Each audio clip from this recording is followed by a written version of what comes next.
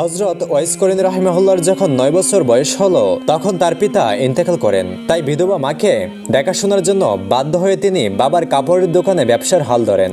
ব্যবসা করে যা উপার্জন করতেন তা দিয়ে মা ছেলের জীবন কোনোরকম ভাবে কেটে যাচ্ছিল। কিন্তু আল্লাহর ইচ্ছা বোঝা বড় কঠিন। একদিন ভোরবেলা তিনি দোকানে গিয়ে দেখলেন দোকানের সমস্ত মালামাল কারা যেন চুরি করে নিয়েছে। খবর শুনে তার মাও দোকানে আসলেন। তার মা দোকানের অবস্থা দেখে বললেন, বাবা ওয়াইস, এখন আমাদের কি হবে? এবার কি করে আমাদের দিন চলবে? তখন বালক ওয়াইস তার মাকে অভয় দিয়ে বললেন, আম্মা জান, আল্লাহ তাআলা যা করেন ভালোর জন্যই করেন। অতঃপর বালক ওয়াইস করিনী রাহিমাহুল্লাহ এক প্রতিবেশীর ভেড়া চড়ানোর কাজে নিযুক্ত হলেন। প্রতিদিন তিনি ভেড়ার পাল নিয়ে মাঠে যেতেন এবং ভেড়া চড়াতেন, আর ক্লান্ত হলে গাছের ছায়ে বসে আরাম করতেন। একদিন বালক ওয়াইস করিনী রাহিমাহুল্লাহ ভেড়ার পাল মাঠের মধ্যে ছেড়ে দিয়ে কাছের একটি জঙ্গলে প্রবেশ করলেন। গভীর জঙ্গলের ভেতর দিয়ে তিনি হাঁটছিলেন। যেতে যেতে হঠাৎ দেখতে পেলেন একজন দরবেশ সেখানে ধ্যানে মগ্ন আছেন। তিনি দরবেশের কাছে গিয়ে দাঁড়ালেন। হঠাৎ দরবেশের ধ্যান ভেঙে গেল। তখন দরবেশ বালক ওয়াইস করিনী রাহিমাহুল্লাহকে জিজ্ঞেস করলেন, বাবা, তুমি কে? আমার কাছে কি চাও? বালক ওয়াইস করিনী রাহিমাহুল্লাহ নিজের পরিচয় এবং অবস্থার কথা বর্ণনা দিলেন। তার অবস্থা শুনে দরবেশের দয়া হলো, তাই তাকে নিজের কাছে বসিয়ে অনেক সময় ধরে আলোচনা করলেন এবং বললেন, তুমি সময় পেলে আমার এখানে এসো, কিন্তু সাবধান, কাউকে সাথে নিয়ে আসবে না, আর আমার কথা কারো কাছে বলবে না। তারপর থেকে বালক ওয়াইস করিনী রাহিমাহুল্লাহ বেড়াগুলো মাঠে ছেড়ে দিয়ে প্রতিদিন সেই দরবেশের আস্তানায় যেতেন। দরবেশ তাকে যা উপদেশ দিতেন তিনি তা মনোযোগ দিয়ে শুনতেন। তিনি সেখানে যতক্ষণ থাকতেন ততক্ষণ তার দুনিয়ার কোনো কথাই মনে থাকতো না। দরবেশ যখন বলতেন, বাবা যাও, এখন তুমি তোমার মালিকের ভেড়ার পাল দেখাশোনা করো, তখন তার ভেড়ার কথা মনে পড়তো এবং সেখান থেকে চলে আসতেন। একদিন দিনের বেলা ভেড়ার পাল নিয়ে বাড়িতে ফিরলেন। তখন মালিক দেখতে পেল যে অনেকগুলো ভেড়া হারিয়ে গিয়েছে।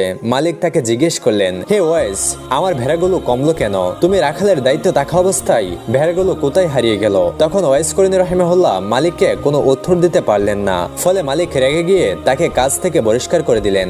অতঃপর তিনি চাকরি হারিয়ে আবার সেই দরবেশের কাছে চলে গেলেন। সারাদিন দরবেশের কথা শুনতেন আর বিকালবেলা জঙ্গল থেকে কিছু ফলমূল নিয়ে মায়ের কাছে আসতেন। অতঃপর ওয়াইস করিনী রাহিমাহুল্লাহ তরুণ যুবকে পরিণত হলেন। তখন তিনি নিজের বাড়িটা বিক্রি করে মাকে নিয়ে দূর জঙ্গলে চলে গেলেন। সেখানে একটা ছোট্ট ঘর বানিয়ে দুজনে নির্জনে বসবাস করতে শুরু করলেন। বাড়ি বিক্রির টাকা দিয়ে তিনি একটি দুধের উট কিনলেন। ফলে উটের দুধ আর জঙ্গলের ফলমূল খেয়েই তাদের দুজনের দিন কোনোরকম কেটে যেতে লাগলো। তারপর থেকে তিনি আর কখনো লোকালয়ে বের হতেন না। সেখানে তিনি ইবাদত বন্দেগী করতেন আর অন্ধ মায়ের খেদমত করতেন। তিনি যদিও আল্লাহ রাসূলের যুগের মুসলিম ছিলেন, কিন্তু অন্ধ মাকে রেখে কখনো রাসূলের সাথে দেখা করতে যেতে পারেননি। এদিকে একদিন সাহাবীদের সাথে কথা বলার সময় নবী করিম সাল্লাল্লাহু আলাইহি ওয়াসাল্লাম বললেন, আমার উম্মতের মধ্যে এমন একজন লোক আছেন যার সুপারিশে আল্লাহ তাআলা বনি মুজার এবং বনি রবিয়াদের যত বকরি রয়েছে এবং বকরিগুলোর গায়ে যত পশম রয়েছে ঠিক ততগুলো গুনাহগার উম্মতকে ক্ষমা করে আল্লাহ সুবহানাহু ওয়া তাআলা জান্নাত দান করবেন। তখন সাহাবায়ে কেরাম জিজ্ঞেস করলেন, হে আল্লাহর রাসূল, কে সেই ভাগ্যবান উম্মত? রাসূল সাল্লাল্লাহু আলাইহি ওয়াসাল্লাম বললেন, তার নাম হচ্ছে ওয়াইস করনী। তখন সাহাবায়ে কেরাম বললেন, কিন্তু কই, আমরা তো এই নামের কাউকে কোনোদিন আপনার কাছে আসতে দেখিনি, আপনি কি তাকে চেনেন? নবী করিম সাল্লাল্লাহু আলাইহি ওয়াসাল্লাম বললেন, আমি তাকে অবশ্যই চিনি, কিন্তু আজ পর্যন্ত তার সাথে আমার সরাসরি দেখা সাক্ষাৎ হয়নি। এসব শুনে সাহাবায়ে কেরাম তাজ্জব হয়ে গেলেন। তারা তার পরিচয় জানার জন্য এবং তাকে খুঁজে বের করার জন্য অস্থির হয়ে গেলেন। কিন্তু নবী করিম সাল্লাল্লাহু আলাইহি ওয়াসাল্লাম যতদিন জীবিত ছিলেন ততদিন কেউ তার পরিচয় জানতে পারেননি এবং তার সাথে দেখাও করতে পারেননি। একদিন কয়েকজন সওদাগর খাবারের জিনিসপত্র বোঝাই করা নৌকা নিয়ে সাগর পাড়ি দিয়ে মিশর থেকে মদিনায় যাচ্ছিল। ওই নৌকায় ছিঁড়া কাপড় পরা একজন পাগল ছিল। যাত্রীদের মধ্যে কেউ তাকে চিনত না। অতঃপর নৌকা যখন সাগরের মাঝখানে গেল তখন আসমান মেঘাচ্ছন্ন হয়ে গেল। দেখতে দেখতে প্রচন্ড জ্বর শুরু হয়ে গেল। ফলে প্রচন্ড জ্বরের কারণে নৌকা ডুবে যাওয়ার মতো অবস্থা হয়ে যায়। যাত্রীদের সবাই আতঙ্কিত হয়ে আল্লাহ তাআলাকে ডাকতে লাগলো। এমন সময় হঠাৎ পাগলটা নৌকা থেকে পানিতে নেমে গেল। সমস্ত যাত্রীরা অবাক হয়ে গেল, কারণ পাগলটা দিব্যি পানির উপর দাঁড়িয়ে ছিল। তারপর পাগলটি পানির উপর নামাজ পড়া শুরু করলো। নামাজ শেষ হলে সে যাত্রীদের দিকে তাকালো। এই দৃশ্য দেখে যাত্রীরা বুঝে গেল নিশ্চয়ই তিনি আল্লাহওয়ালা বুজুর্গ মানুষ। সবাই তখন চিৎকার করে বলল, হুজুর, আমাদের জন্য আপনি দোয়া করুন। তখন তিনি বললেন, তোমরা তোমাদের মাল এবং দুনিয়ার মায়া ছেড়ে দিয়ে বিসমিল্লাহ বলে নৌকা থেকে নেমে আমার কাছে চলে আসো। যাত্রীরা বলল, হুজুর, আমরা পানির উপর দিয়ে কিভাবে যাব? তখন তিনি রেগে গেলেন এবং বললেন, তোমরা দেরি করো না, তাড়াতাড়ি নৌকা থেকে নেমে আসো। তখন যাত্রীরা মনে মনে ভাবলেন যে এমনিতেও তো মরতে হবে, পানিতে নামলেও তো মরতেই হবে, তার চেয়ে ভালো তার কথা মেনেই দেখি কি হয়। এই ভেবে তারা সবাই নৌকা থেকে পানিতে নেমে পড়লো। কিন্তু আশ্চর্যের বিষয়, তাদের মনে হচ্ছিল তারা যেন মাটির উপর দাঁড়িয়ে আছে, তারা কেউই তলিয়ে যাচ্ছিল না। ফলে তারা হেঁটে হেঁটে পানির উপর দিয়ে তার কাছে গিয়ে দাঁড়ালো। সঙ্গে সঙ্গে নৌকাটি মালসহ সাগরের তলায় তলিয়ে গেল। তখন বুজুর্গ সবাইকে উদ্দেশ্য করে বললেন, তোমরা সবাই টাকা পয়সা এবং মালামালের আশা ছেড়ে দিয়েছো বলেই তোমাদের জান, তোমাদের জীবন বেঁচে গেল।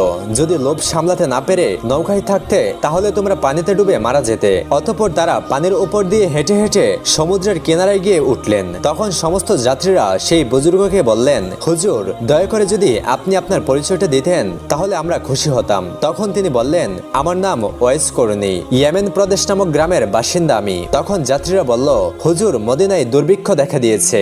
খবর পেয়ে গরিবদের জন্য খাদ্যশস্য নিয়ে মিশর থেকে সেখানে যাচ্ছিলাম, কিন্তু নৌকা সহ সব জিনিসপত্র ডুবে গেল। আমরা এখন মদিনায় গিয়ে গরিবদেরকে কি দিব? তখন ওয়াইস করুনি রহিমাহুল্লাহ বললেন, নৌকার মালপত্র এবং খাবার দাবার জিনিসগুলি যদি তোমরা ফিরে পাও, তাহলে কি সত্যিই তোমরা মদিনায় গিয়ে সেগুলো গরিবদেরকে দিবে? তখন তারা বলল, জি হুজুর, গরিবদেরকে সাহায্য করার জন্যই আমরা মিশর থেকে আসলাম। তখন ওয়াইস করুনি রহিমাহুল্লাহ 2 রাকাত নামাজ পড়ে মোনাজাত করলেন, আল্লাহ তাআলার কাছে কি যেন বললেন। অতঃপর তাদেরকে বললেন, ওই যে দেখো, তোমাদের নৌকা খাদ্যশস্য সহ সমুদ্রের তীরে বেশি রয়েছে, তোমরা যাও, নৌকা নিয়ে জলদি মদিনায় চলে যাও। তারা অবাক হয়ে তাকিয়ে দেখলো সত্যি সত্যি মালভর্তি নৌকাটি সমুদ্রের তীরে বেশি রয়েছে। অতঃপর তারা ওয়াইস করুনির দিকে ফিরে তাকালো, কিন্তু সেই বুজুর্গ ওয়াইস করুনি রহিমাহুল্লাহ আর সেখানে ছিলেন না। চোখের পলকে তিনি কোথায় যেন অদৃশ্য হয়ে গেলেন। অতঃপর হযরত ওমর রাদিয়াল্লাহু তাআলা আনহুর খেলাফতকালে দ্বিতীয় খলিফা হযরত ওমর রাদিয়াল্লাহু তাআলা আনহু এবং হযরত আলী রাদিয়াল্লাহু তাআলা আনহু কুফার একটি মসজিদে উপস্থিত হয়ে মুসল্লিদেরকে উদ্দেশ্য করে বললেন, হে কুফা নগরীর অধিবাসীরা, আপনাদের মধ্যে কি কেউ ওয়াইস করুনিকে চেনেন? মুসল্লিদের মধ্য থেকে কয়েকজন জবাব দিলেন, জি না হুজুর, আমরা ওয়াইস করুনি নামে কাউকে চিনি না। তখন খলিফা আবার বললেন, আপনাদের মধ্যে কুরুন এলাকার বাসিন্দা কেউ থাকলে দয়া করে উঠে দাঁড়ান। তখন একজন উঠে দাঁড়ালো। খলিফা তাকে জিজ্ঞেস করলেন, আপনি ওয়াইস করুনিকে চেনেন? তখন লোকটি বলল, হুজুর, ওয়াইস করুনি নামে যে লোকটিকে আমি চিনি সে তো একজন পাগল, সে জঙ্গলে থাকে, জঙ্গলের ভেতর উট ছড়িয়ে বেড়ায়, অত্যন্ত আজব মানুষ সে। লোকেরা যখন হাসে তখন সে কাঁদে, আর লোকেরা যখন কাঁদে সে তখন হাসে। এই কথা শুনে হযরত ওমর ফারুক রাদিয়াল্লাহু তাআলা আনহু এবং হযরত আলী রাদিয়াল্লাহু তাআলা আনহু লোকটাকে সঙ্গে নিয়ে তাকে তালাশ করার জন্য বের হলেন। বহু খোঁজাখুঁজির পর তারা দেখতে পেলেন একজন লোক একটা গাছের নিচে নামাজ পড়ছেন, পাগলের মতো তার চেহারা। হযরত ওমর রাদিয়াল্লাহু তাআলা আনহু এবং হযরত আলী রাদিয়াল্লাহু তাআলা আনহু সেই গাছের কাছে গিয়ে চুপচাপ দাঁড়িয়ে রইলেন। অতঃপর হযরত ওয়াইস করুনি রাহিমাহুল্লাহ নামাজ শেষ করে দুজনের দিকে ফিরে তাকালেন। হযরত আলী রাদিয়াল্লাহু তাআলা আনহু এবং হযরত ওমর রাদিয়াল্লাহু তাআলা আনহু প্রথমে ওয়াইস করুনিকে সালাম দিলেন, তিনিও তাদের সালামের জবাব দিলেন। অতঃপর হযরত ওমর রাদিয়াল্লাহু তাআলা আনহু তাকে জিজ্ঞেস করলেন, আপনি কে?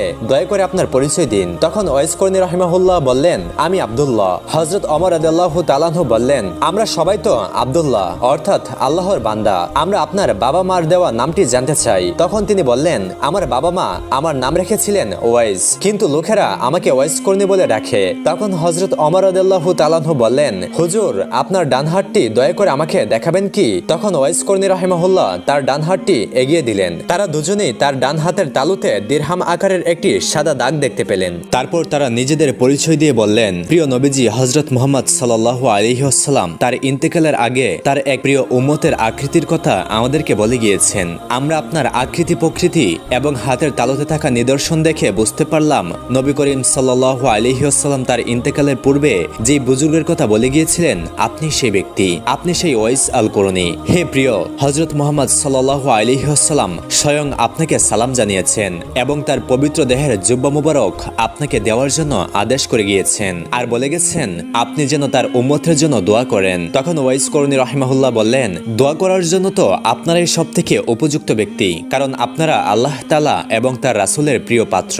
তখন ওমর রাদিয়াল্লাহু তাআলা আনহু বললেন, আমরা তো রাসূল সাল্লাল্লাহু আলাইহি ওয়াসাল্লামের উম্মতের জন্য দোয়া করেই থাকি, তবু আপনি রাসূল সাল্লাল্লাহু আলাইহি ওয়াসাল্লামের অনুরোধ রক্ষা করুন। তখন ওয়াইস করুনি রাহিমাহুল্লাহ বললেন, হে খলিফা ওমর, আপনি হয়তো ভুল করছেন, রাসূল সাল্লাল্লাহু আলাইহি ওয়াসাল্লাম হয়তো অন্য কোনো ওয়াইসের কথা বলে গিয়েছেন, কারণ রাসূল সাল্লাল্লাহু আলাইহি ওয়াসাল্লামের সাথে আমার কোনোদিন দেখা হয়নি, এমনকি তার পবিত্র দেহের জুব্বার মর্যাদা রক্ষা করার যোগ্যতাও আমার নেই। তখন ওমর রাদিয়াল্লাহু তাআলা আনহু বললেন, না হুজুর, আমি একটু ভুল করিনি, রাসূল সাল্লাল্লাহু আলাইহি ওয়াসাল্লাম আমাকে যেসব নিদর্শনের কথা বলে গিয়েছিলেন তার প্রত্যেকটি আমি আপনার মধ্যে দেখতে পেয়েছি, সুতরাং আমার মনে এই কথা বলতে বিন্দুমাত্র সন্দেহ নেই যে আপনাকে রাসূল সাল্লাল্লাহু আলাইহি ওয়াসাল্লাম তার পবিত্র দেহের জুব্বাটি প্রদান করতে বলে গিয়েছেন। তখন ওয়াইস করিনী রাহিমাহুল্লাহ বললেন, বেশ, তাহলে রাসূল সাল্লাল্লাহু আলাইহি ওয়াসাল্লামের পবিত্র দেহের জুব্বা মোবারক আমাকে দিন, আমি এই জুব্বা পরিধান করে তার উম্মতের জন্য দোয়া করি। তখন হযরত ওমর রাদিয়াল্লাহু তাআলা আনহু ওয়াইস করিনী রাহিমাহুল্লাহর হাতে পবিত্র জুব্বা তুলে দিলেন। তিনি জুব্বাটি হাতে নিয়ে সামান্য একটু দূরে গেলেন,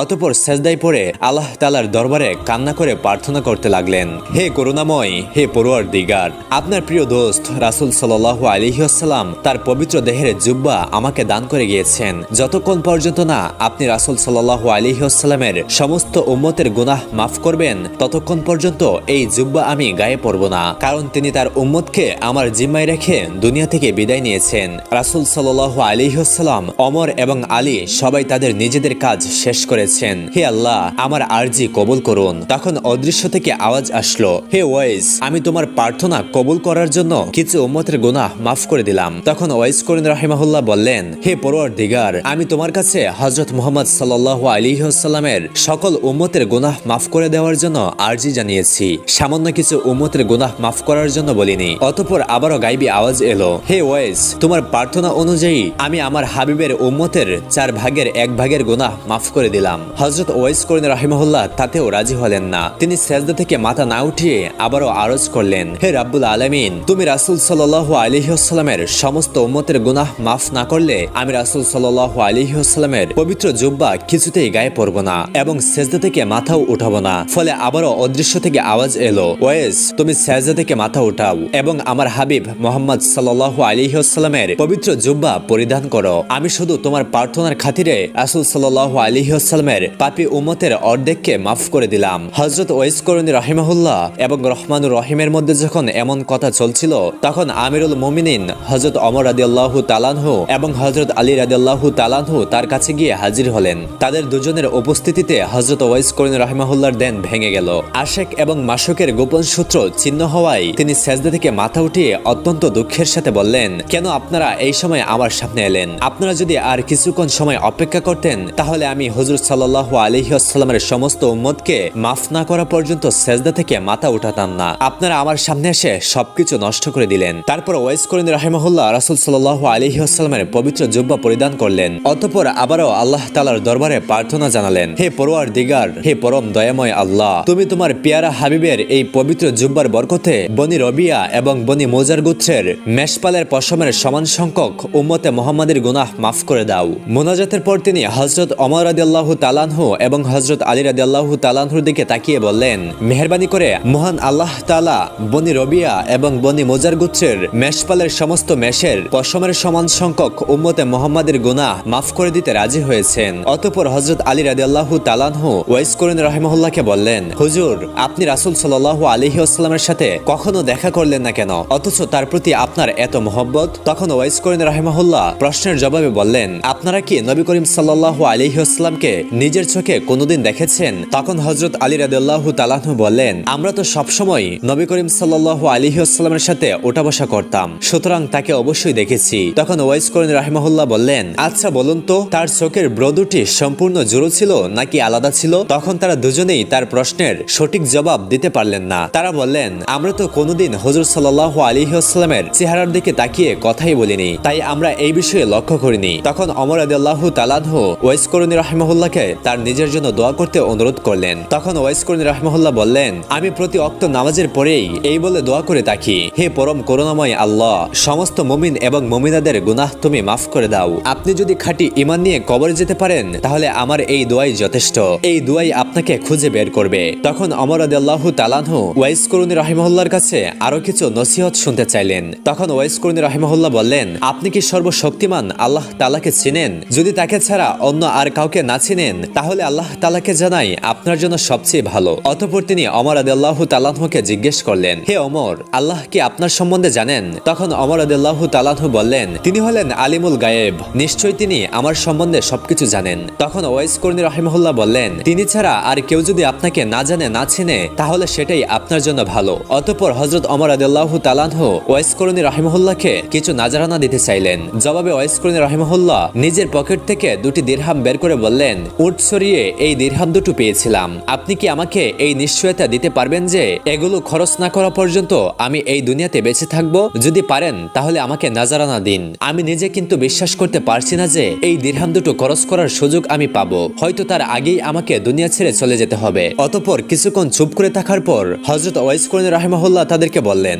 আপনারা দুজন অনেক কষ্ট করে আমার সাথে দেখা করতে এসেছেন। দেখা তো হয়ে গেল, এখন আপনারা ফিরে যান। কিয়ামত খুবই নিকটে, সেদিন আবার আপনাদের সাথে আমার দেখা হবে। অতঃপর হযরত ওয়াইস করনী রাহিমাহুল্লাহ তাদের দিক থেকে মুখ ফিরিয়ে নিলেন এবং আল্লাহ তাআলার ইবাদতে মগ্ন হয়ে গেলেন। হযরত ওমর রাদিয়াল্লাহু তাআলা আনহু এবং হযরত আলী রাদিয়াল্লাহু তাআলা আনহু তখন বুঝতে পারলেন যে তার সাথে আর কথা বলার সুযোগ হবে না, সুতরাং তারা সেখান থেকে চলে এলেন। অতঃপর দীর্ঘদিন অতিবাহিত হওয়ার পর হযরত ওয়াইস করনী রাহিমাহুল্লাহ নবী করিম সাল্লাল্লাহু আলাইহি ওয়াসাল্লামের পবিত্র রওজা মুবারক জিয়ারত করার জন্য মদিনা শরীফ আসলেন। মদিনায় সাহাবাগণ ওয়াইস করনী রাহিমাহুল্লাহকে জিজ্ঞাসা করলেন, আপনি মুহাম্মদ সাল্লাল্লাহু আলাইহি ওয়াসাল্লামের পবিত্র রওজা জিয়ারত করতে এসেছেন, কিন্তু তিনি বেঁচে থাকতে একবারও তো আপনি তার সাথে দেখা করতে আসেননি, এর কারণ কি? জবাবে হযরত ওয়াইস করনী রাহিমাহুল্লাহ বললেন, আমার বৃদ্ধা, অচল এবং অন্ধ মাকে ফেলে ইচ্ছে থাকা সত্ত্বেও আমি আসতে পারিনি। তখন সাহাবায়ে কেরাম বললেন, আমাদের সবারই তো পিতামাতা ছিলেন, কিন্তু আমরা তো আমাদের পিতামাতার চেয়ে নবী করিম সাল্লাল্লাহু আলাইহি ওয়াসাল্লামকে মন প্রাণ দিয়ে বেশি ভালোবাসতাম। তখন ওয়াইস করনী রাহিমাহুল্লাহ বললেন, আপনারা তো সবসময় রাসূল সাল্লাল্লাহু আলাইহি ওয়াসাল্লামের দরবারে ছিলেন, তাকে কাছ থেকে প্রতিদিনই দেখেছেন, তাকে মন উজাড় করে ভালোবাসতেন। আচ্ছা বলুন তো দেখি তার চেহারা মোবারক কেমন ছিল? তখন সাহাবায়ে কেরাম রাসূল সাল্লাল্লাহু আলাইহি ওয়াসাল্লামের চেহারার কিছু বর্ণনা দিতে শুরু করলেন। তখন ওয়াইস করনী রাহিমাহুল্লাহ বললেন, আপনারা যা বললেন সে তো তার বাহিরের আকৃতির কথা, কিন্তু তার বাতিনি আকৃতির কথা তো কিছুই বললেন না। সাহাবায়ে কেরাম তখন জবাব দিতে না পেরে বললেন, হুজুর তাহলে আপনি বলুন। তখন ওয়াইস করনী রাহিমাহুল্লাহ এমন ভাবে রাসূল সাল্লাল্লাহু আলাইহি ওয়াসাল্লামের আকৃতির বর্ণনা দিলেন যে সাহাবায়ে কেরাম কেউই তার কথা অস্বীকার করার কোনো সুযোগ পেলেন না। তার বর্ণনা শুনে নতুন করে তারা নবীজিকে দেখতে পেলেন। তখন তারা সবাই কেঁদে ফেললেন। অতঃপর তিনি পবিত্র রওজা মুবারক জিয়ারত করতে গেলেন। রাসূল সাল্লাল্লাহু আলাইহি ওয়াসাল্লামের মহব্বতে তিনি কাঁপতে কাঁপতে পবিত্র রওজা মুবারকের পাশে বেহুশ হয়ে পড়লেন। কিছুক্ষণ পর হুঁশ ফিরে এলে জিয়ারত শেষ করে পাশের লোকেদেরকে বললেন, দয়া করে আপনারা আমাকে ধরুন এবং মদিনার সীমানার বাইরে রেখে আসুন। এই জায়গার মাটিতে আল্লাহ রাসূল সাল্লাল্লাহু আলাইহি ওয়াসাল্লামের পবিত্র দেহ শায়িত হয়ে আছে। এখানে পা ফেলে আমি দাঁড়াতে পারছি না বেয়াদবির ভয়ে, আমার সারা দেহ থরথর করে কাঁপছে। প্রিয় বন্ধুগণ, রাসূল সাল্লাল্লাহু আলাইহি ওয়াসাল্লামকে কেমন শ্রদ্ধা করলে এমন হতে পারে একবার ভাবুন তো। বোস্তাম শহরের অধিবাসী এক অন্তঃসত্ত্বা মহিষী নারী, তিনি যখন সন্দেহজনক কোনো খাবার খেতেন তখন তিনি অনুভব করতেন তার সন্তানটি অনবরত কাঁপছে। যতক্ষণ এই খাবার পেটে থাকত ততক্ষণ পর্যন্ত এই কাঁপুনি চলত। শেষ পর্যন্ত তিনি মুখে আঙুল দিয়ে বমি করে সেই খাবার বের করে দিতেন, আর তখন বাচ্চাটিও স্থির হয়ে যেত। আসলে মায়ের গর্ভে থেকেই এই শিশু বেলায়েত অর্জন করেছিলেন, যা আল্লাহ তাআলা থেকে পাওয়া অমূল্য সম্পদ। অতঃপর যথাসময়ে ওই নারী একটি ফুটফুটে শিশুর মা হলেন, আর পরবর্তীতে এই শিশুই হয়েছিলেন সর্বকালের অন্যতম শ্রেষ্ঠ একজন আল্লাহর ওলি, হযরত বায়েজিদ বোস্তামী রহমাতুল্লাহি আলাইহি। শিশুকালে তিনি পিতাকে হারানোর পর তার মাতা তাকে দিন শিক্ষার জন্য একটি মাদ্রাসায় ভর্তি করেন। একদিন মাদ্রাসায় বায়েজিদ বোস্তামী রহমাতুল্লাহি আলাইহি পবিত্র কুরআনুল কারীমের একটি আয়াত পড়লেন। ওই আয়াতে আল্লাহ তাআলা বলেছিলেন, তুমি আমার প্রতি এবং তোমার পিতামাতার প্রতি কৃতজ্ঞ হও। সূরা লোকমানের এই আয়াত পড়ে ওস্তাদের কাছ থেকে এই আয়াতের মর্ম জানলেন। অতঃপর মাদ্রাসা ছুটির আগেই ওস্তাদের অনুমতি নিয়ে বাড়িতে চলে গেলেন। অসময়ে পুত্রকে বাড়িতে আসতে দেখে বায়েজিদ বোস্তামীর মা উৎকণ্ঠিত হলেন। তখন তিনি তার আম্মাজানকে বললেন, হে মাতা, আমি আজ পবিত্র কুরআনুল কারীমে আল্লাহর একটি নির্দেশ পাঠ করলাম, আর এই আয়াতের অর্থ হলো এই যে আল্লাহ তাআলা এবং তোমার পিতামাতার প্রতি কৃতজ্ঞতা প্রকাশ করো। কিন্তু আম্মাজান, আমি তো একসাথে করতে পারবো না, তাই আপনার কাছে ছুটে এসেছি। হয়তো আপনি আল্লাহর কাছ থেকে আমার দাবি ছাড়িয়ে নিন, আর না হলে আমার ব্যাপারে আপনার অধিকার আল্লাহর কাছে ছেড়ে দিন। আমি মনে প্রাণে একজনের কাছে কৃতজ্ঞতা প্রকাশ করে আত্মনিয়োগ করব। পুত্রের মুখে এমন কথা শুনে মায়ের মন ভরে গেল। তিনি পরম খুশিতে নিজের অধিকার ত্যাগ করে তাকে আল্লাহর কৃতজ্ঞতায় লিপ্ত হতে বললেন। মায়ের এই আত্মত্যাগ বৃথা যায়নি। তার এই ত্যাগের জন্য আল্লাহ বায়েজিদ বোস্তামী রহমাতুল্লাহি আলাইহিকে এত উন্নত মর্যাদা দান করলেন যে তিনি বিশ্বের শ্রেষ্ঠ মনীষীদের মধ্যে একজন হলেন। একদিনের ঘটনা, রাতের বেলায় ঘুমন্ত অবস্থায় হঠাৎ বায়েজিদ বোস্তামী রহমাতুল্লাহি আলাইহির মায়ের পানি পিপাসা পেল। তখন মা বায়েজিদকে ডেকে বলল, হে পুত্র, আমাকে এক গ্লাস পানি দাও, আমার অনেক পিপাসা পেয়েছে। মায়ের এই কথা শুনে বাইজিদ বুস্তামি পানি আনতে গেলেন, কিন্তু ঘরে এক ফোঁটা পানিও নেই। তাই তিনি ঘর থেকে বের হয়ে গেলেন পানি আনার জন্য। কিন্তু যখন তিনি পানি নিয়ে আসলেন তখন তার মা ঘুমিয়ে পড়েছেন।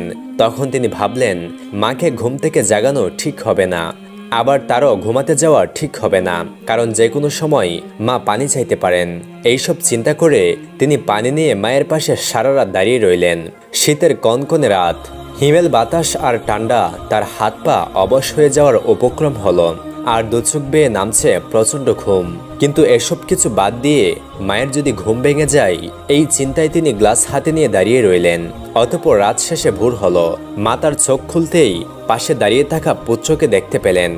তখন তিনি বললেন, হে বৎস, সারা রাত ধরে তুমি এত কষ্ট কেন করলে? পানির গ্লাস এখানে রেখে চলে গেলেই তো হতো। মায়ের কথা শুনে বাইজিদ বুস্তামি রহমতুল্লাহি আলাইহি বললেন, হে আম্মাজান, আপনার পিপাসার কথা মনে রেখে আমি আর ঘুমাতে যেতে পারিনি, সারা রাত ধরে দাঁড়িয়ে আছি। পুত্রের এমন কাজ দেখে মায়ের চোখে পানি চলে আসলো। অতঃপর তিনি আল্লাহর কাছে দোয়া করলেন, হে আল্লাহ, আমার পুত্রকে আপনি আপনার বন্ধুদের নেতা বানিয়ে দিন। মায়ের এই দোয়া আল্লাহ কবুল করলেন। অতঃপর যা হওয়ার তাই হলো। একবার মায়ের কাছ থেকে বিদায় নিয়ে বাইজিদ বুস্তামি রহমতুল্লাহি আলাইহি সিরিয়ায় যাত্রা শুরু করলেন। সেখানে গিয়ে এক নির্জন অরণ্যে পৌঁছে একটানা 3 বছর আল্লাহর ধ্যানে মগ্ন থাকলেন। অতঃপর 113 জন সাধক পুরুষের সাথে দেখা করে তাদের দৃষ্টি ও দোয়া লাভ করেন। আর এদের মধ্যে অন্যতম ছিলেন হযরত জাফর সাদেক রহমতুল্লাহি আলাইহি। একদিন হযরত জাফর সাদিক রহমতুল্লাহি আলাইহি বলেন, হে বাইজিদ বুস্তামি, থাক থেকে একটি বই নিয়ে আসো। কিন্তু এখানে সমস্যা হলো বইটি কোন তাকে আছে তা তিনি জানতেন না। অতঃপর তিনি এই বিষয়ে জাফর সাদেক রহমতুল্লাহি আলাইহিকে জিজ্ঞাসা করলেন। জাফর সাদিক রহমতুল্লাহি আলাইহি বললেন, তুমি কতদিন ধরে এখানে রয়েছো, অথচ কোন তাকে বই আছে তা তুমি জানো না? তখন বাইজিদ বুস্তামি রহমতুল্লাহি আলাইহি বললেন, আপনার সামনে মাথা উঁচু করে এদিকে ওদিকে তাকানোর তো কোনো প্রয়োজন হয়নি, আর কোনো কিছু দেখার জন্য আমি এই দরবারে আসিনি। তখন হযরত জাফর সাদিক রহমতুল্লাহি আলাইহি বুঝে গেলেন এই শিষ্য অন্য কোনো শিষ্যের মতো নয়। অতঃপর তিনি তাকে তার শহরে ফিরে যেতে বললেন। ওস্তাদের কথা মতো তিনি বুস্তাম শহরের দিকে রওনা দিলেন। এদিকে পুত্রের ফিরে আসার অপেক্ষায় মা জননী আল্লাহ তাআলার কাছে দোয়া করছিলেন আর বলছিলেন, হে আল্লাহ, আপনি আমার পুত্রের মঙ্গল করুন, আপনার অলিগণ যেন তার প্রতি সন্তুষ্ট থাকেন, আপনি তার পবিত্র ইচ্ছা পূর্ণ করুন। এদিকে ঘরের দরজায় দাঁড়িয়ে বাইজিদ বুস্তামি রহমতুল্লাহি আলাইহি তার মায়ের কথাগুলো শুনছিলেন। আর মায়ের দোয়া শুনে তার বুক ফেটে কান্না আসছিল। তিনি মাকে ডাক দিয়ে বললেন, আম্মাজান, আপনার অদম সন্তান আপনার কাছে চলে এসেছে। মা তখন ঘর থেকে বের হয়ে কান্নায় ভেঙে পড়লেন আর বললেন, তুমি আসতে এত দেরি করলে কেন বাবা? আমি তোমার জন্য কেঁদে কেঁদে অন্ধ হয়ে যাচ্ছি। মা ছেলের এই আনন্দবিদুর মুহূর্তে যেন আকাশ বাতাস আনন্দে ভরে উঠেছিল। একদিন বাইজিদ বুস্তামি রহমতুল্লাহি আলাইহি হজ করার জন্য রওনা দিলেন। ধীরে ধীরে নফল নামাজ আদায় করতে করতে দীর্ঘ 12 বছর পর মক্কায় এসে উপস্থিত হলেন। মক্কায় হজ সম্পন্ন হয়ে গেলে তিনি বুস্তাম শহরে ফিরে যান। অতঃপর তিনি আলাদা করে মদিনা পাক রওজা জিয়ারত করার প্রয়োজন অনুভব করলেন। কেননা তখন তার মনে হলো মক্কায় হজের উদ্দেশ্যে উপস্থিত হয়ে ওই সঙ্গে নবী করিম সাল্লাল্লাহু আলাইহি ওয়াসাল্লামের রওজা ভূমি জিয়ারত করা তার রওজার জন্য অমর্যাদাকর, তাই সেখানে যাওয়া উচিত। যাই হোক, তিনি মদিনায় যাবেন এই কথা শুনে তার সহযাত্রী হওয়ার জন্য অনেক লোক হয়, কিন্তু তিনি এত লোককে তার সাথে নিয়ে যাওয়ার ব্যাপারে আগ্রহী ছিলেন না। কিন্তু তাদেরকে রেখে যাওয়া সম্ভব হলো না। তাই তিনি নিরুপায় হয়ে দলবল নিয়ে মদিনায় যাওয়ার জন্য রওনা দিলেন। একদিন ফজরের নামাজ আদায় করে তিনি তার সঙ্গীদের উদ্দেশ্যে বললেন, আমি তোমাদের প্রভু, তোমরা আমার সামনে উপাসনা করছো না কেন? বাইজিদ বুস্তামির এই কথাই সে লোকজন অবাক হয়ে গেল। তারা তখন ভাবল নিশ্চিত তার মাথা খারাপ হয়ে গেছে। তাই তারা নিজ থেকেই তার কাছ থেকে চলে গেল। কারণ হযরত বাইজিদ বুস্তামি রহমতুল্লাহি আলাইহি যে এই ধরনের মন্তব্য করবেন তা তার নিজের ইচ্ছাতেই ছিল না, বরং আল্লাহ তাআলার কাছে প্রার্থনা জানানোর ফলে এই কথা তার মুখ থেকে অনিচ্ছাকৃতভাবে বের হয়ে আসলো। অতঃপর তিনি যখন মদিনায় হিজরত করে বুস্তাম শহরে ফিরলেন তখন আবার একই অবস্থা হলো। হঠাৎ বাইজিদ বুস্তামি রহমতুল্লাহি আলাইহির কাছে অনেক লোক এসে ভিড় করলো। আর এতে তিনি অস্বস্তি বোধ করলেন। তিনি আশঙ্কা করতেন হয়তো এই কারণে তার অহংকার হতে পারে, অথবা আল্লাহর কাছ থেকে তিনি বিচ্ছিন্ন হয়ে যেতে পারেন। অতঃপর তিনি এই ভিড় বর্জন করার জন্য এখানেও আরেকটি পন্থা অবলম্বন করলেন। তখন ছিল রমজান মাস। তার পাশ দিয়ে একটি লোক রুটি নিয়ে যাচ্ছিল। সেই ব্যক্তির কাছ থেকে একটি রুটি নিয়ে তিনি সবার সামনে খেতে শুরু করলেন। আর তা দেখে সবার ধারণা হলো সত্যিই তার মস্তিষ্ক বিকৃত হয়েছে। সুতরাং সবাই আস্তে আস্তে তার কাছ থেকে চলে গেল। এখানে একটা কথা আমাদের জানা প্রয়োজন। রমজান মাসে রুটি খাওয়ার কাজকে শরীয়ত বিরোধী মনে হলেও অন্যদিকে কিছু কিছু শর্ত সাপেক্ষে এর অনুমোদন পাওয়া যায়, কারণ এই সময় তিনি মুসাফির ছিলেন। আর মুসাফিরদের জন্য রমজান মাসে রোজা ভঙ্গ করার স্পষ্ট বিধান রয়েছে। একবার বাইজিদ বোস্তামি রহমতুল্লাহি আলাইহি হজ পালন করে সমস্ত জিনিস একটি উটের উপরে দিয়ে দিলেন। তখন ওনার সাথীদের মধ্য থেকে এক ব্যক্তি বললেন, উটের বোঝা অনেক ভারী হয়ে গেছে, আপনি বরং আপনার জিনিসপত্রই উটের পিঠে রেখে দিন, আর বাকিগুলো আমরা নিয়ে যাচ্ছি। তখন হজরত বাইজিদ বোস্তামি রহমতুল্লাহি আলাইহি বললেন, আপনি একটু ভালো করে উটের দিকে তাকিয়ে দেখুন তো। লোকটি তখন তাকিয়ে দেখে অনেকটা অবাক হলো। তার কারণ হলো সমস্ত জিনিস উটের পিঠ থেকে অন্তত 1 হাত উপরে শূন্যে ঝুলছিল।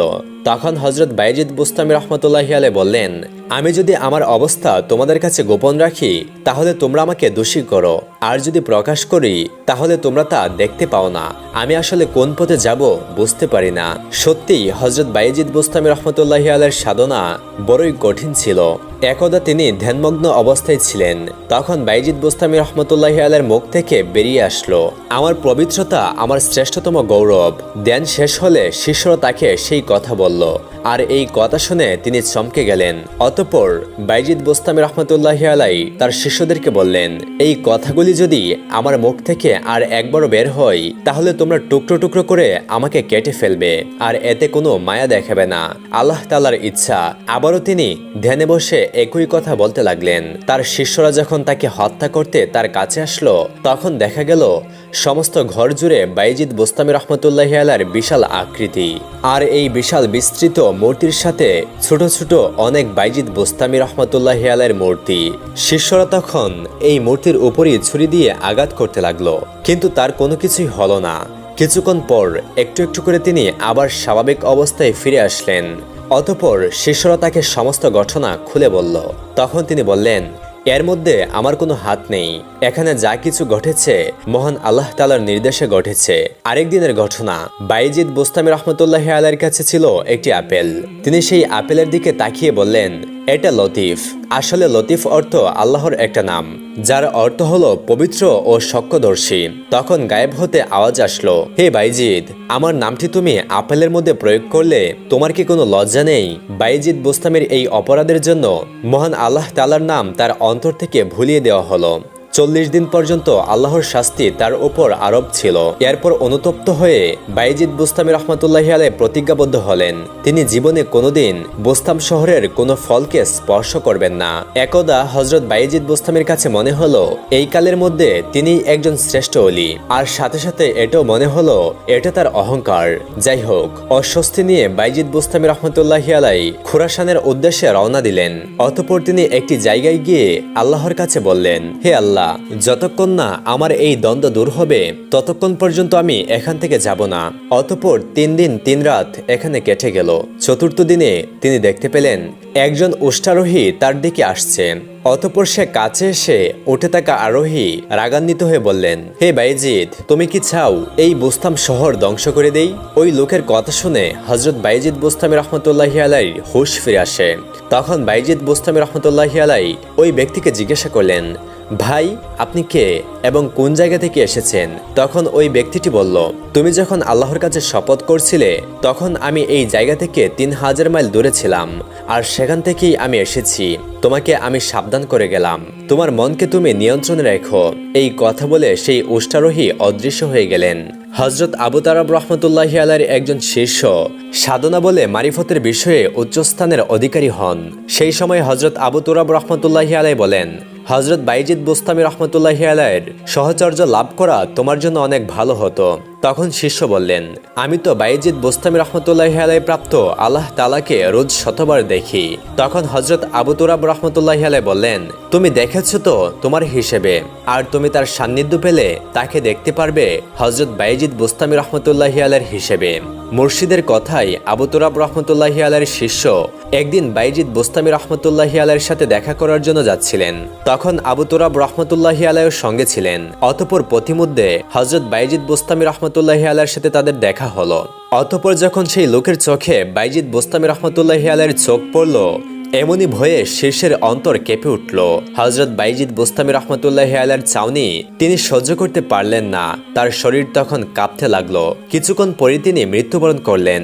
হযরত ইয়াহিয়া মাজ রহমতুল্লাহি আলাইহি একজন সফি সাধক ছিলেন।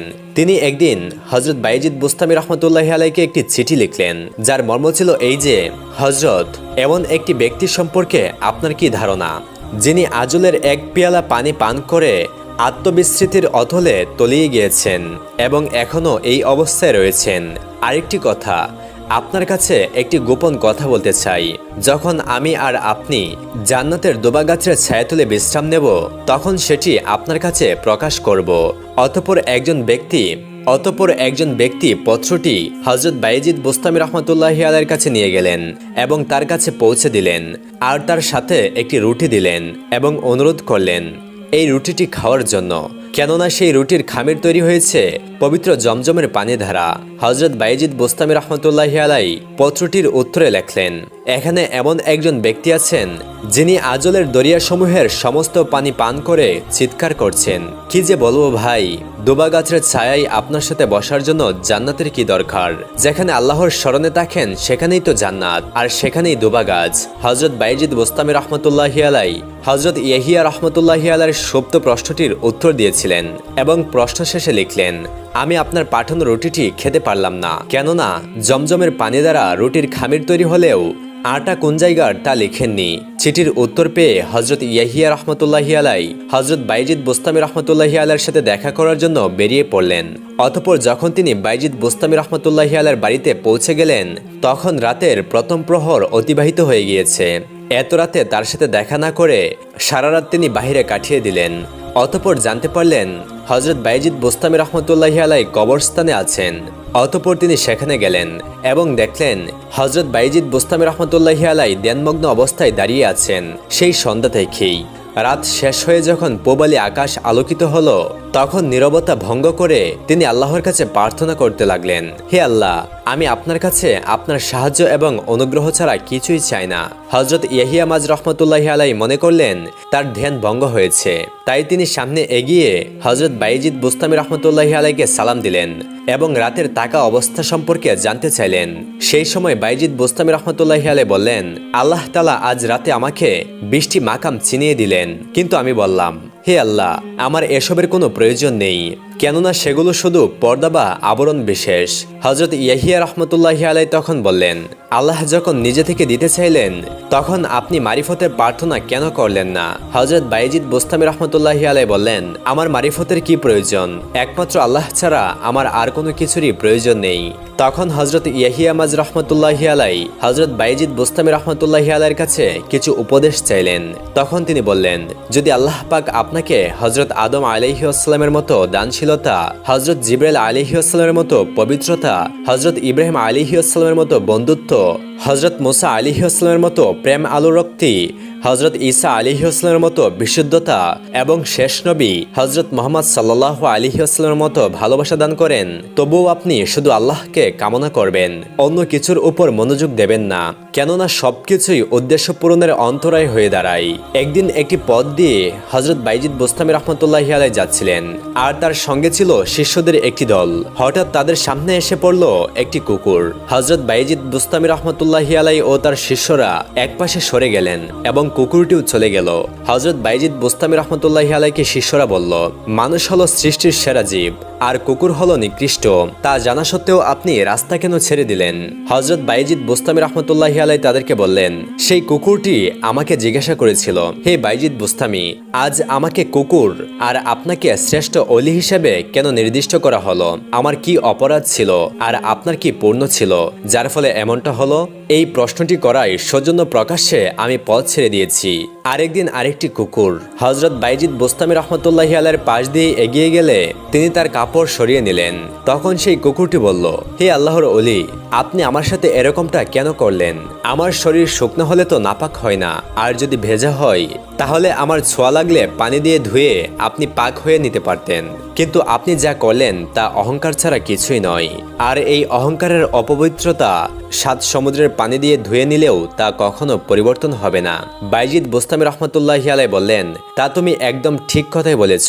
তোমার অপবিত্রতা বাহিরের আর আমার অপবিত্রতা ভেতরের, অতএব তুমি আসো, তাহলে আমার অপবিত্রতা কিছুটা হলেও দূর হবে। তখন কুকুরটি বলল, তা কখনোই হতে পারে না, কেননা আমি হলাম আল্লাহর বিতাড়িত এবং ঘৃণিত একটি জীব, আর আপনি হলেন তার প্রিয় দাস।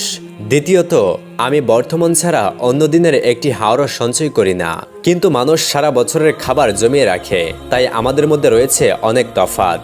হযরত বাইজিদ বোস্তামি রহমতুল্লাহি আলাইহি তখন বললেন, হাই কি আফসোস, আমি কুকুরের সংস্পর্শে থাকারও উপযুক্ত নই, তাহলে আল্লাহর নৈকট্য লাভের উপযুক্ত কিভাবে হতে পারি? সকল প্রশংসা আল্লাহ তাআলার, যার সৃষ্টি একটি নিকৃষ্ট জীব থেকে মানুষের শিক্ষা নেওয়া দরকার। ওই সময়ের একজন বিখ্যাত সুফি হযরত সাকিক বলকি রহমতুল্লাহি আলাইহির এক মুরিদ হজে যাবেন। হযরত সাকিক বলকি রহমতুল্লাহি আলাইহি জানতেন বাইজিদ বোস্তামি মক্কা শরীফে অবস্থান করছেন, তাই তিনি মুরিদকে বললেন, তুমি হজে গিয়ে বাইজিদ বোস্তামির সাথে দেখা করবে। অতঃপর মুরিদ হযরত বাইজিদ বোস্তামি রহমতুল্লাহি আলাইহির সাথে দেখা করলেন। ফলে বাইজিদ বোস্তামি রহমতুল্লাহি আলাইহি তার ওস্তাদ সাকিক সম্পর্কে জিজ্ঞাসা করলেন। তখন মুরিদ বললেন, তার গুরু সৃষ্টির মুখাপেক্ষী নন, তিনি তাওয়াক্কুলকে শক্তভাবে ধরে রাখছেন। আকাশ যদি আমার মতো আর মাটি যদি লোহার মতো হয়, জমিন যদি ফসল না দেয়, আকাশ থেকে যদি বৃষ্টি না ঝরে, পৃথিবীর সকল প্রাণী যদি তার পরিবারভুক্ত হয়, তবুও তিনি তাওয়াক্কুল ছেড়ে দিবেন না। মুরিদের কথা শুনে হযরত বাইজিদ বোস্তামি রহমতুল্লাহি আলাইহি বললেন, এই যে একেবারে কুফরি ও শিরিকের কাজ। বাইজিদ যদি একটি কাকও হয়ে যায়, তবুও সে যেন তার শহরে কখনো উড়ে না যায়। তিনি সাকিক বলকি রহমতুল্লাহি আলাইহিকে আরো বললেন, ক্ষুধার্ত হলে মানুষের কাছ থেকে খাদ্য গ্রহণ করে তুমি ক্ষুধা দূর করবে, এটা কোনো অন্যায় নয়। সেক্ষেত্রে তাওয়াক্কুলের কথা মুখে পর্যন্ত আনবে না। আর তার কারণ, আমার ভয় হয় ওই অবস্থায় তুমি এমন পাপ করে বসবে যার ফলে তোমার শহর পর্যন্ত ধ্বংস হয়ে যেতে পারে। অতঃপর মুরিদ দেশে ফিরে গিয়ে তার মুসাফিরদেরকে সব কথা বলবেন। হযরত সাকিক বলকি রহমতুল্লাহি আলাইহি বাইজিদ বোস্তামি রহমতুল্লাহি আলাইহির মর্ম বুঝতে পারলেন আর তার নিজের ভুল ধরে ফেললেন, কিন্তু সেটা শিশুকে জানতে দিলেন না। তিনি শিষ্যকে বললেন, হযরত বাইজিদ বোস্তামি রহমতুল্লাহি আলাইহি নিজে কেমন লোক, তাকে তুমি জিজ্ঞাসা করলে না? মুরিদ কোনো জবাব দিতে না পেরে চলে গেলেন হযরত বাইজিদ বোস্তামি রহমতুল্লাহি আলাইহির দরবারে, আর তার পীরের প্রশ্নটি তুলে ধরলেন। হযরত বাইজিদ বোস্তামি রহমতুল্লাহি আলাইহি বলেন, এটাই তোমাদের সমস্ত বড় একটি ভুল। আগেই বলেছি আমি তাওয়াক্কিল নই, যদি তাই হতাম তাহলে কেউ কাটা হতাম, কিন্তু যেহেতু কিছুই নই, অতএব আমার তাওয়াক্কুলের প্রশ্নই ওঠে না। হযরত সাকিক বলকি রহমতুল্লাহি আলাইহির মুরিদ হযরত বাইজিদ বোস্তামি রহমতুল্লাহি আলাইহির কাছে এই কথার ঘোর রহস্য উপলব্ধি করতে না পেরে আবার ফিরে এলেন হযরত সাকিক বলকি রহমতুল্লাহি আলাইহির কাছে। এসে দেখলেন তিনি মুমূর্ষ অবস্থায়, তার মৃত্যু আসন্ন। দেরি না করে তিনি বাইজিদ বোস্তামি রহমতুল্লাহি আলাইহির কথাগুলো পীরের কাছে বললেন। হযরত সাকিক বলকি রহমতুল্লাহি আলাইহি অন্তিম মুহূর্তে তার ভুল বুঝতে পারলেন আর তওবা করলেন। কিছুক্ষণ পরে তিনি শেষ নিঃশ্বাস ত্যাগ করলেন। একবার বোস্তামে অনাবৃষ্টি ও দুর্ভিক্ষ দেখা দিল। শহরবাসী আল্লাহর দরবারে বৃষ্টির জন্য ইস্তেগফার নামাজ আদায় করলো, কিন্তু কিছুই হলো না। এক ফোঁটা বৃষ্টিও আকাশ থেকে ঝরলো না। হযরত বাইজিদ বোস্তামি রহমতুল্লাহি আলাইহি তখন শহরের বাইরে ছিলেন। হঠাৎ তিনি ফিরে এলেন। শহরের লোকেরা তাকে ধরলেন। তিনি যেন বৃষ্টির জন্য আল্লাহর কাছে দোয়া করেন। হযরত বাইজিদ বোস্তামি রহমতুল্লাহি আলাইহি বসে বসে আল্লাহর কাছে কি যেন বললেন। অতঃপর জনগণকে বললেন, তোমরা যাও, বাড়ি ফিরে গিয়ে পানি নিকাশ নালাগুলি পরিষ্কার করো। তারা বাড়ি পৌঁছাবার আগেই সারা আকাশ চেয়ে গেল ঘন কালো মেঘ। মুষলধারী শুরু হয়ে গেল বৃষ্টি, আর তার স্থায়ী হলো দীর্ঘক্ষণ। হযরত বাইজিদ বোস্তামি রহমতুল্লাহি আলাইহির মুর্শিদ ছিলেন একজন বৃদ্ধ মহিলা। একবার এক বনের পাশে তার সঙ্গে বাইজিদ বোস্তামি রহমতুল্লাহি আলাইহির দেখা হয়। একজন বৃদ্ধার মাথায় আটার বস্তা নিয়ে তিনি পথ চলছিলেন খুব কষ্ট করে। হযরত বাইজিদ বোস্তামি রহমতুল্লাহি আলাইহিকে দেখে তাকে সেটি তার বাড়িতে পৌঁছে দিতে বললেন। আর ঠিক ওই সময় বন থেকে বেরিয়ে আসে একটি বাঘ। হযরত বাইজিদ বোস্তামি রহমতুল্লাহি আলাইহি বাঘটিকে কাছে ডেকে তার পিঠে আটার বস্তা তুলে দিয়ে বৃদ্ধার বাড়িতে দিয়ে আসতে বললেন। বাঘটি রাজি হয়। অতঃপর তিনি বৃদ্ধাকে জিজ্ঞাসা করলেন, পাড়ায় গিয়ে তিনি লোকেদেরকে কি বলবেন? বৃদ্ধা তখন জবাব দেয়, বলবো যে আজ এক আত্মত্যাগ অভিমানী অত্যাচারীর সঙ্গে আমার দেখা হয়েছিল। বৃদ্ধার এই কথা শুনে বাইজিদ বোস্তামি রহমতুল্লাহি আলাইহি বলেন, সে কি, আমি আবার অভিমানী হলাম কিভাবে? বৃদ্ধা বললেন, বাঘ কখনো বোঝা লয় না, অথচ তুমি তার পিঠে বোঝা চাপিয়ে দিলে। এটা কি বাঘের উপর জুলুম করা হলো না? আর তোমার মনের ইচ্ছা এই, তোমার অলৌকিক শক্তির কথা আমাদের পাড়ায় প্রচারিত হোক, সবাই তোমার প্রশংসা করুক। এটা কি অভিমানী নয়? হযরত বাইজিদ বোস্তামি রহমতুল্লাহি আলাইহি তার কথা উল্লেখ করে বলতেন, ওই বৃদ্ধাকে আমি আমার শ্রেষ্ঠ মুর্শিদ হিসেবে গণ্য করেছি। হযরত বাইজিদ বোস্তামি রহমতুল্লাহি আলাইহি দীর্ঘজীবী ছিলেন, আজীবন মারিফতের গভীর গহীন পথে দৃঢ় সাধনায় লিপ্ত ছিলেন। অবশেষে একদিন প্রিয় মাসুকের সঙ্গে মিলিত হবার জন্য উন্মুখ হয়ে পড়েন, আর মাসুকও তার পরম প্রিয়জনকে নিজের কাছে নেবার জন্য ডাক পাঠালেন। আর সেই ডাকে সাড়া দিয়ে তিনিও তার অগণিত শুভানুধ্যায়ীদের পেছনে ফেলে রেখে 134 হিজরি সনে মাটির পৃথিবী ছেড়ে লাব্বাইক বলে তার কাছে চলে গেলেন। ইন্না লিল্লাহি ওয়া ইন্না ইলাইহি রাজিউন। শোনা যায়, মৃত্যু আসন্ন হলে আল্লাহু আকবার বলে তিনি জিগিরে মগ্ন ছিলেন। একেবারে চরম মুহূর্তে উচ্চারিত হয় এই অন্তর্বাণী, হে আল্লাহ, আজীবন আমি আপনাকে স্মরণ করে এসেছি উদাসীন ভাবে, আর এখন এই শেষ মুহূর্তেও আমি আপনার স্মরণে উদাসীন রয়েছি। আমি চরম কৃতজ্ঞ। আমি জানি না আপনার সাথে মিলিত হবার যোগ্য বলে আমি বিবেচিত হব কিনা। তিনি যখন এই শেষ প্রার্থনা উচ্চারণ করেছিলেন, তখন তার পবিত্র আত্মা ধীরে ধীরে তার পার্থিব দেহ থেকে বিদায় নিচ্ছিল। আল্লাহু আকবার।